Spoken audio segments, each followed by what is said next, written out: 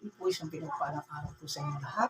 Sa oras po ito, taos puso po po magpapasalamat sa ating dakilang Diyos na banal na patuloy pong nagbibigay sa akin continually ng privilege opportunity na patuloy pong makapaglingkod, patuloy pong magamit ang instrumento ng ating Panginoon na patuloy pong bahagi sa inyo ng kanyang mensahe salita na patuloy pong magiging patnubay, gabay natin sa ating mga buhay, mensahe salita po ng ating Panginoon na patuloy pong magbibigay ng sapat na kaalaman patungkol sa kanyang kalooban at salita po ng ating Panginoon na patuloy pong magpapatatag sa ating pananalig at pananampalataya sa Kanya.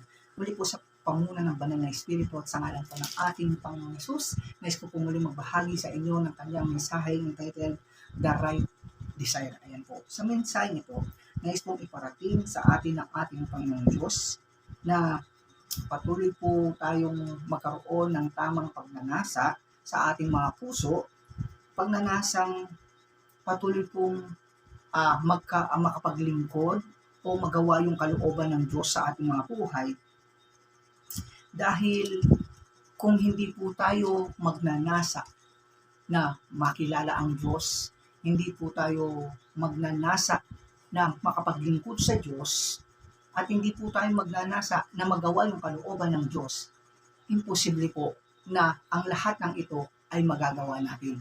Kaya po napakahalaga po ng nais iparating na mensahe sa ating ng ating dakilang Diyos na banal sa oras na to, yung the right desire. Ayan po. Marami po tayo kasi mga desire sa ating mga buhay. Tayo mga tao, iba't iba po yung mga desire natin. Pero minsan, hindi po natin naiisip o hindi po natin bibigyan ng halaga yung dapat na maging tamang desire natin sa ating buhay. Maraming nagdi-desire na yumaman, maraming nagdi-desire na gumanda ang kanilang buhay, na although hindi naman po masamang desire yan, pero nakakalimutan na po natin yung pinakamabuti at pinakakarapat-dapat na desire o ma-desire ng ating puso. At yun nga po yung magkaroon tayo ng desire na makilala ang Diyos, magkaroon tayo ng desire na magawa ang kalooban ng Diyos, at magkaroon tayo ng desire na makapaglingkod sa Diyos. Kaya po, sa panahon natin, pagmasdan po natin, maraming mga tao ang hindi po nagagawa ang kalooban ng Diyos.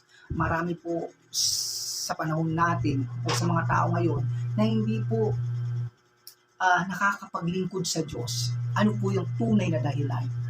Ang tunay na dahilan ay wala po silang naging desire patungkol sa Diyos. O kapag pinag-uusapan ng Diyos, ay hindi na po sila nagkakaroon ng gana o yung tinatawag nating kagustuhan. Yan po. Kaya po, kailangan po maitama po sa ating puso kung ano dapat yung maging right desire natin sa ating buhay. Wala pong masama ang mag-desire o maghangad na magkaroon ka ng maayos na buhay, yumaman ka, o anumang dinidesire mong maganda sa buhay mo. Wala pong masama sa mga yun. Pero pag may isang desire po tayo na nakakalimutan sa ating buhay, yung pinaka dapat nating unahing maging desire sa ating puso, ay yun po yung nagiging parang binabaliwala natin. Yun po ang dapat nating malaman.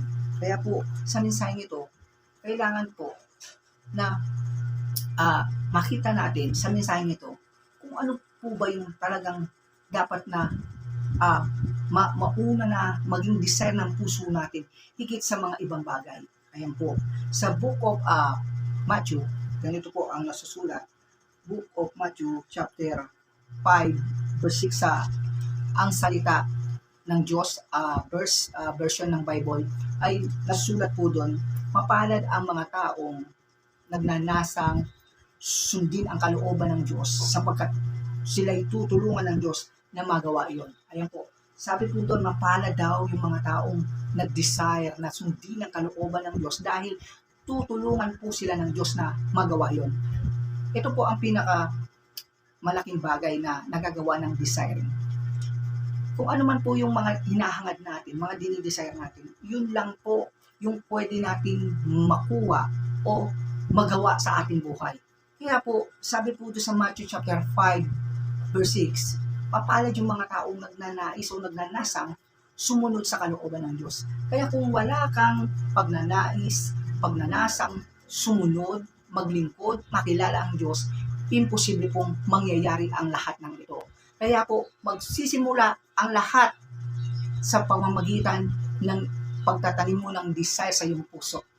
Yan po. Kaya maraming mga taong hindi nakapaglilingkod sa Diyos, maraming mga taong hindi nakakagawa sa kalooban ng Diyos, at maraming mga taong hindi pa po nakakakilala sa Diyos because wala po silang right desire na makilala talaga ang Diyos sa buhay nila. Wala po silang right desire na magawa talaga ang kalooban ng Diyos, at wala po silang right desire na mapaglingkuran ang Diyos. Yan po ang katotohanan. Nagsisimula po ang lahat sa desiring o sa pagnanais na maitanim sa ating puso. Kaya po, napakahalaga. Kahit po kung babasahin po natin ang book of Matthew chapter 6:33, kung ano yung dapat natin unahin o yung the right desire na dapat nating maitanim sa ating puso. Kasi kapag naitama mo yung unang desire o yung tamang desire sa puso mo, ang lahat ng mga ibang desire sa puso mo ay susunod na lang. Kaya po, ganito po ang nasulat sa Matthew chapter 6 verse 33, isang verse na napaka popular na po at napaka parang common na po na verse pag sinishare po namin ito dahil lagi na po itong naririnig. Ganito po ang nasulat, Matthew 6:33. Ngunit higit sa lahat, sabi po dito, pakinggan po natin. Ngunit higit sa lahat ay bigyang halaga ninyo ang kaharian ng Diyos. Ayan po. At ang kasunod po nun, kapag po daw nabigyan na natin ng halaga yung ang kalooban ng Diyos o yung pagharian tayo ng Diyos, ang susunod po dun ay, ang pangako ay susunod lang po yung mga pangangailangan natin o yung mga ibang desire natin ay susunod lang po kapag naitama po natin yung tunay na tamang desire na sa ating puso. At yun po yung desire na patuloy pong mauna ang Diyos sa ating buhay, desire na patuloy pong magawa ang kalooban ng Diyos, desire po na makapaglingkod sa Diyos, at desire na makilala natin ang Diyos sa ating mga buhay. Yan po ang the right desire na huwag po natin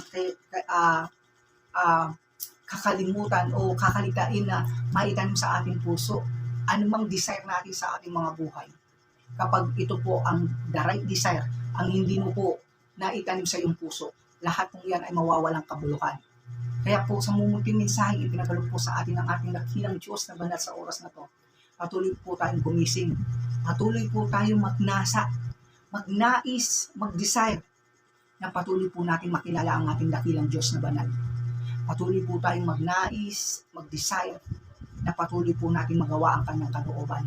Patuloy po tayong magnais at mag-desire na makapaglingkod po sa kanya. Dahil kapag po ito ang unang ginawa natin, ito po ang lahat ng bagay na ninanais natin sa mundong ito ay susunod lang sa ating mga buhay. Kaya po muli, patuloy po akong nagpapasalamat sa ating dakilang Diyos na banal, na patuloy pong nagbibigay ng mga mensaheng, simpleng mensahe, pero kung ating patuloy pong itong uunawain at ito'y isa sa puso natin, ito po'y magbibigay po ng patnubay at gabay sa ating mga buhay. Salamat po, patuloy kong binabalik sa Diyos ang lahat ng papuri. Salamat pagdakila at sa dakilang ngalan ng ating Panginoong Yesus. Amen. God bless all.